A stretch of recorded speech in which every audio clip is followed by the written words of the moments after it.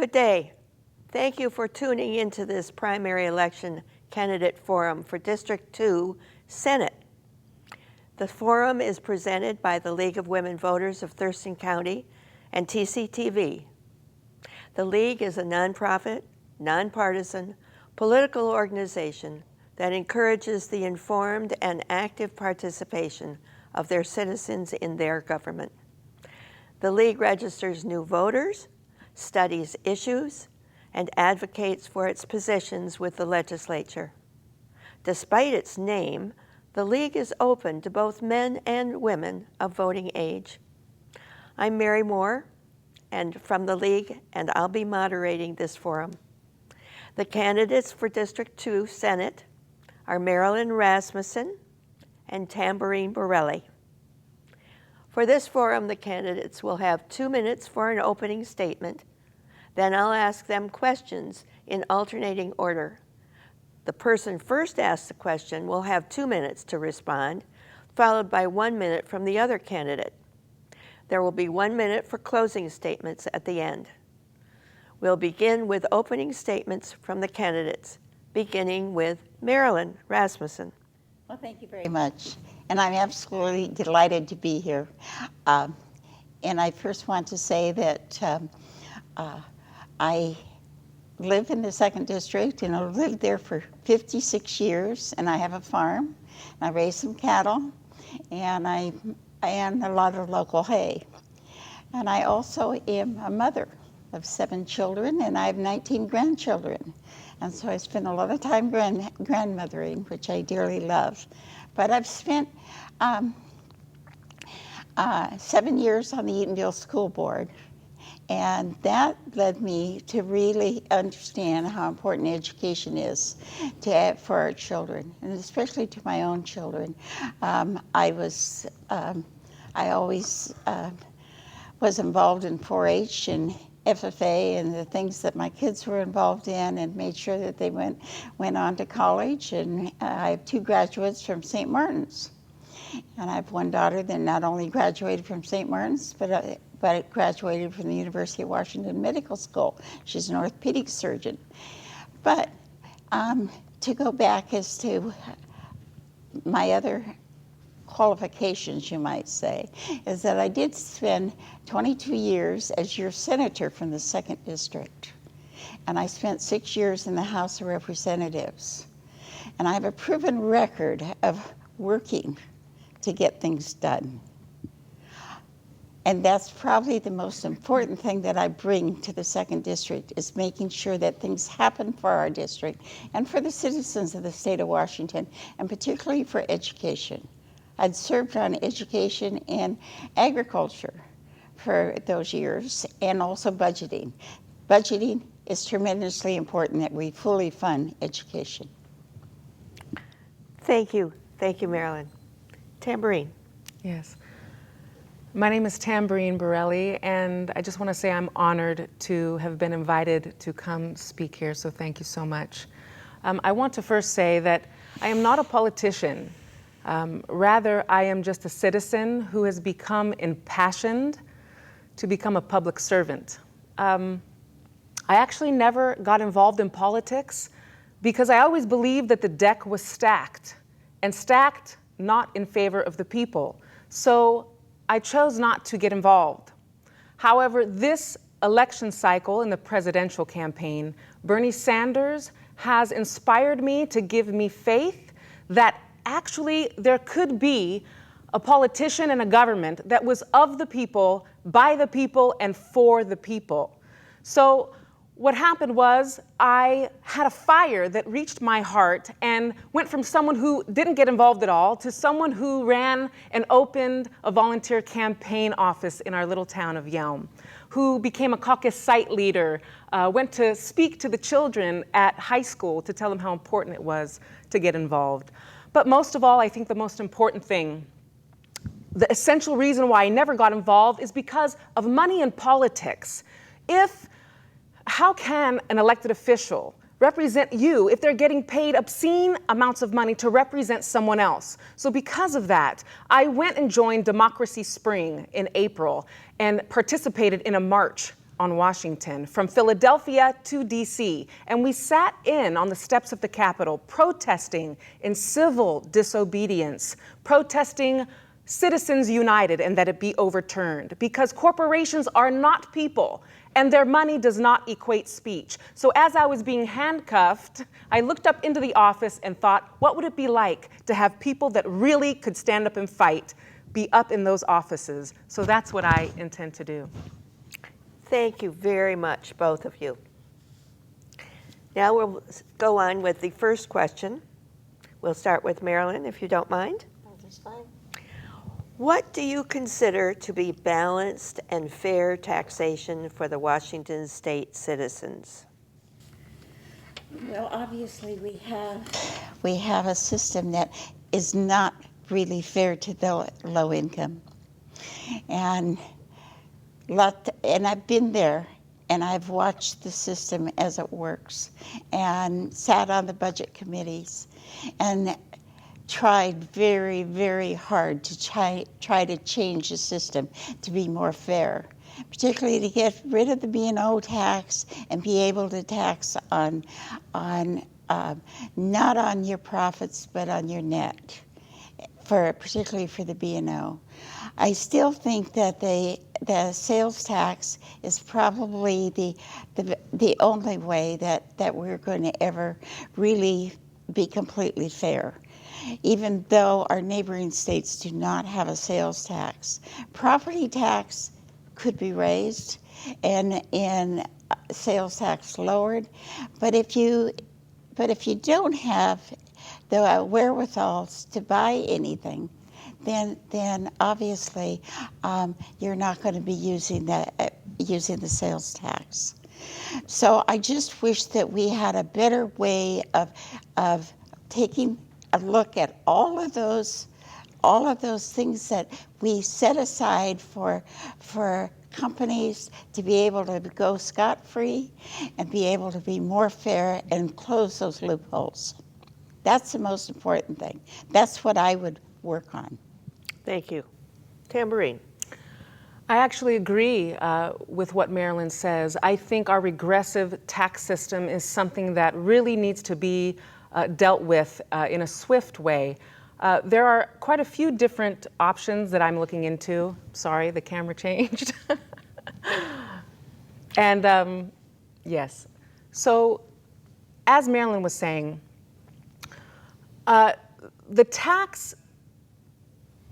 It's red. It's on. Okay. So I believe that those that are able should pay their fair share in taxes. I believe that working families and working people should not be burdened with an excessive excise tax. And also, I believe in a graduated income tax. Now, this has scared many people and it was voted down. But the thing is that when the wealthy are paying their fair share, I believe that many things will be taken care of in regard to that. And it is for the wealthy and not for the everyday person. Okay, thank you. Very good. Now to the second question, which will start with you, Tambourine. The next session of the legislature has the difficult job of fully funding basic education for our students. How do you plan to do this? Regardless of the ongoing committee reports, you realize that there have been successive committees that have studied this issue. And regardless of those reports so far, what would you do? Well, here's the thing. Let me just say I think it's a travesty that years later we're still dealing with this issue. And that's one of the things that I think when we turn the state, our Senate, back to Democrats, we're going to have less of a problem in regard to that, because the House may pass certain remedies to this, but it gets obstructed at the Senate. So let me just address the different ways in which I began to touch on in the previous question, but because of technical difficulties, I didn't really get it out properly. So there's a few different ways. Capital gains, for instance, back in the 60s, capital gains were 75%. Now they're 13%. Besides the graduated income tax, which I believe, in the last election cycle, I believe Gates' father was even promoting that. They're saying, tax us, because they're able to pay more so than the average working person who's just trying to eke out a living.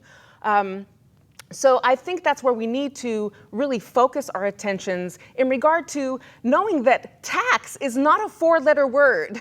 It can and should remedy the things that we're needing to do, like fund education. That is a basic value system. Our children should not have to pay the price for these political shenanigans. Our children should come first. And so that's what would be one of my major focuses, absolutely, to look at these different ways that the funds are there. We just need to have the courage to make it happen.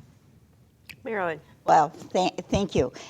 First off, I do agree that our children must come first, but you also have to understand our tax system in this state. We do not have an income tax, and we're one of 5 states that does not, and it would take an initiative from the people to change that.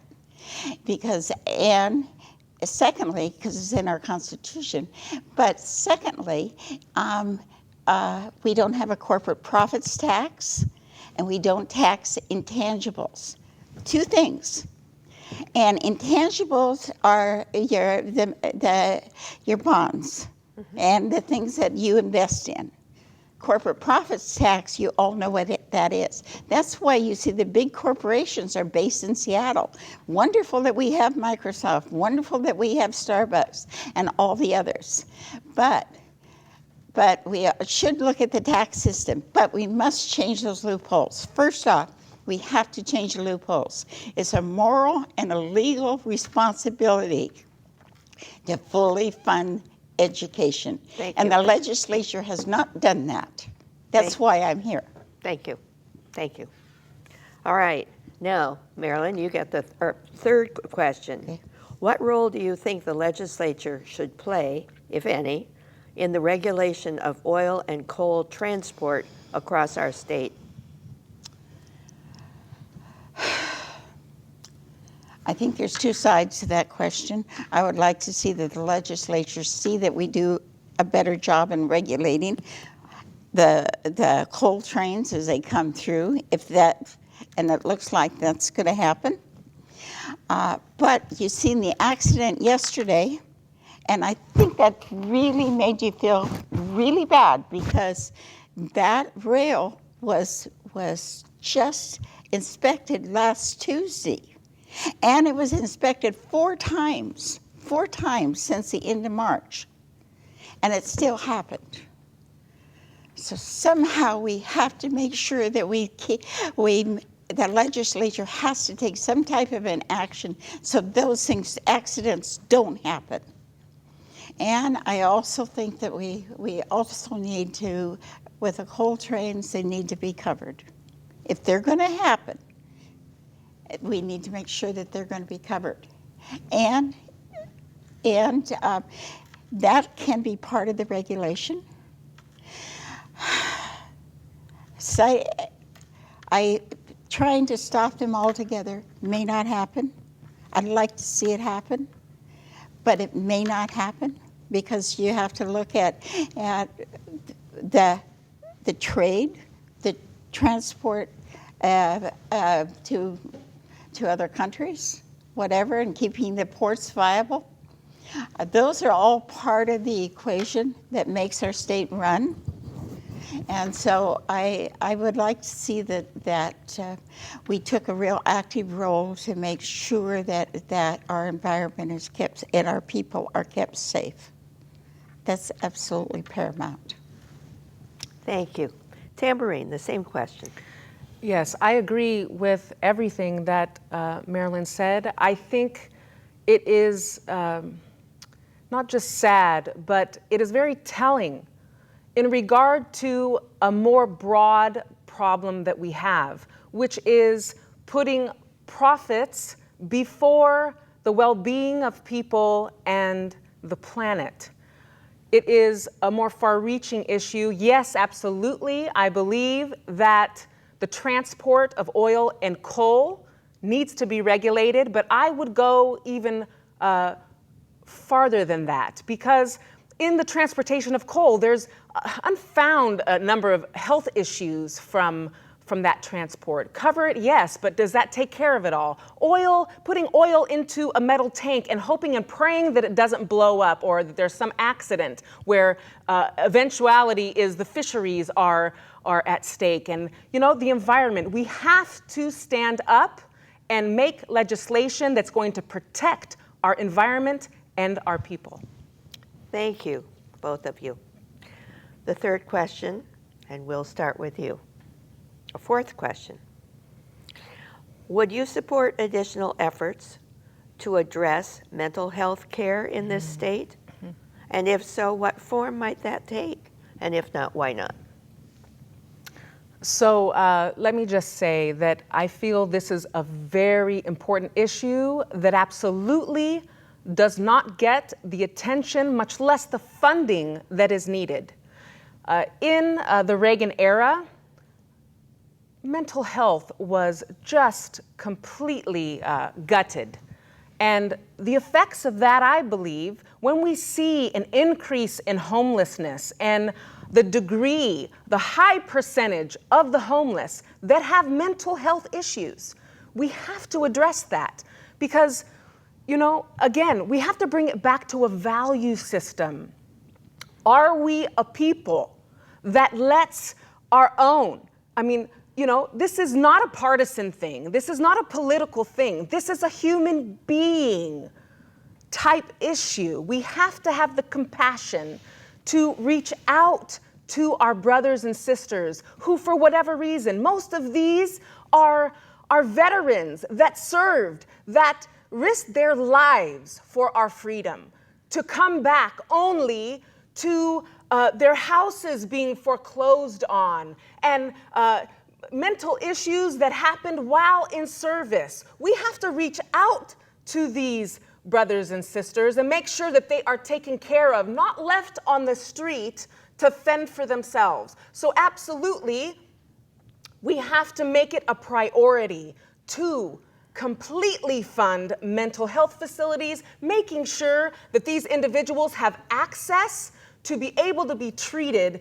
with whatever that their issue is, and we bring them into the fold so that they may go back into society whole again and able to contribute as the people that they were born to be. Thank you. Marilyn? Oh, I certainly agree. However, you have to think back of what happened starting 30 years ago. They started downsizing all of our mental institutions. Take a look at Northern State Hospital. Take a look at our facility in Buckley. While Western State is trying to be funded now, they're trying to add more people, but we closed down Northern State. It's a beautiful facility, and it just sits there. And that was closed in 1970, so we're talking 40 years, 45 years. And what have we done? We have put people out and warehoused them into apartments or in places that they had no way to get the needs they needed for mental health or even disabilities. We have taken our disability mental health population and regarded them as chattel. I'm sorry about that, and sorry about our veterans. We have to work with the federal government to make sure they come up with the means to be able to meet those needs of our veterans, but certainly meet the needs of all of our citizens that have mental health issues. And they really shouldn't be allowed to decide for themselves they don't want to be there after 5 days. If you're mentally ill and you have the chance not to be there, you're going to say, I want to go out. And that's why we have homelessness. Thank you. Tambourine? Let's see, I started with you, didn't I? on this Yes, question? yes. Thank you. It's Marilyn's Yes. turn. All right. Marilyn. Several efforts to pass a bill authorizing automatic voter registration for 16-year-olds who receive a driver's license have failed to pass the legislature. Would you favor such a bill? And if not, why not? Well, knowing that I had civics in high school, it was the best course offered, and it wasn't part of the WASL. That's why I never supported the WASL, because they didn't support civics as a basic core to education, and as part of that. Yes, I think if our students are engaged in the process, and we really do a good job with civic education, yes, they should be able to vote. But for right now, we must make sure that every 18-year-old has the opportunity to vote. Not only has the opportunity to vote, but that does register to vote. And that comes from our schools. That comes from education. And if that isn't part of our core in education, then we're not doing a good job. Thank you. Tambourine, what do you think? So I was able to experience firsthand how powerful that it could be when they're not really children, because they're almost of age, 16, 17, seniors in high school. I went to speak to them to share with them the importance of getting involved in the caucus in March. And I used myself as an example to not be like me and to be in an apathetic sleep, and that their words and their feelings will make a difference. So in short, I believe and agree with Marilyn in regard to civics having to be a tantamount a course in school, because we need to educate the children to know how they can be an effective citizen that can make changes and make a world that they want to live in. All right. Now we come to our very last question, ladies. And Tambourine, you can start. Okay. Do you think the legislature should assist in finding a solution to the statewide homeless problem? And if so, what form might that take? And if not, why not? Sure. I absolutely, and I will piggyback on what I was saying previously in regard to mental health. It is our moral responsibility to make sure that those in our communities, and really it goes beyond our communities, because as human beings, we are all connected. When you hurt, I hurt. So when I see someone on the corner with no place to sleep and likely no food to eat, that pains me. So as a citizen and someone who's impassioned to become a public servant, I want to make sure that that is a tantamount issue that we tackle, and not just tackle, but make sure that we push through. And one of the things in regard to making it happen, I believe that it's very important that we give housing first. First, we must give them a place to call their own.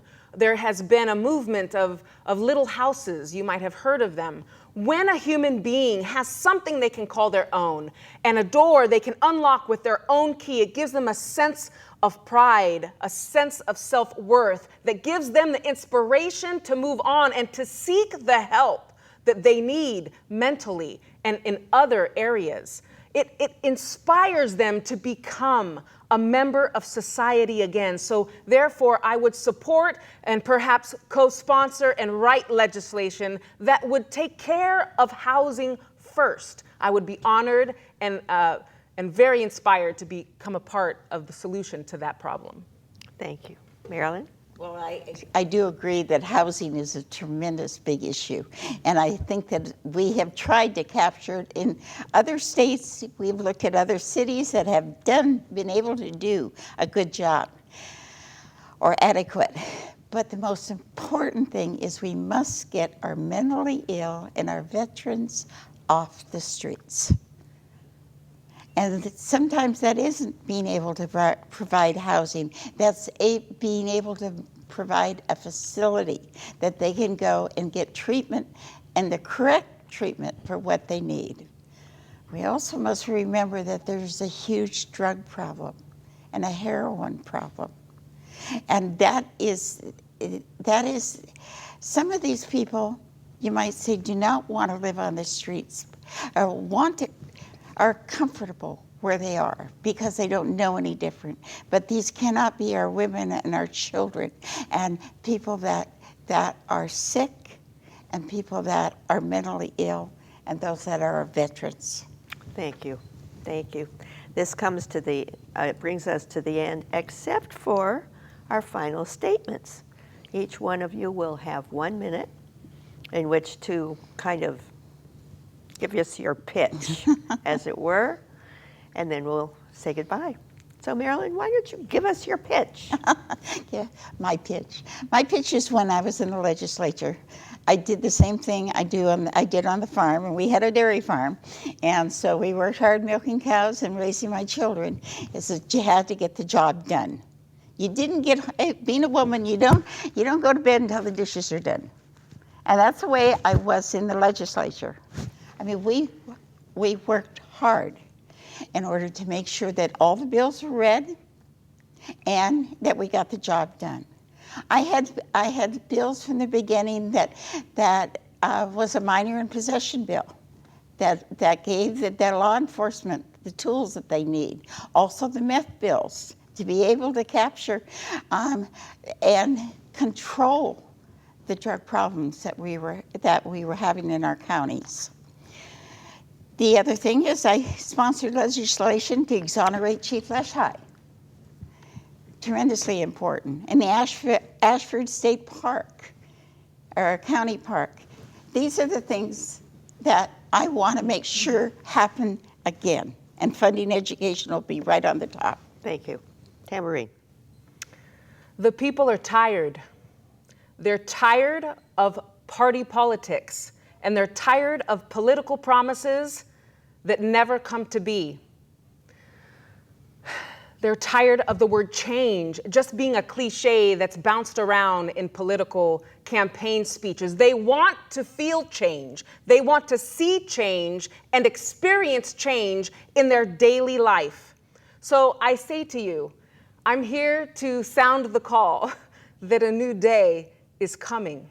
A new day where we don't have to go to the Supreme Court to fully fund education for our children, where we don't have to send our children out after college with burden just because they wanted a higher education, or our seniors to have to choose between medication and food because they can't afford rent. That's wrong. So I say to you, a new day is coming, and I'm going to do and give everything that I am to ensure that that day comes sooner than later. Thank you. Well, thank you, ladies. That brings us to the end of this forum. Thank you, candidates, and thank you, TCTV and the League of Women Voters of Thurston County for making this forum possible. Viewers out there, we hope that when you vote in the primaries and the general election, the candidates' positions will help you make an informed decision. Please remember to vote. Goodbye.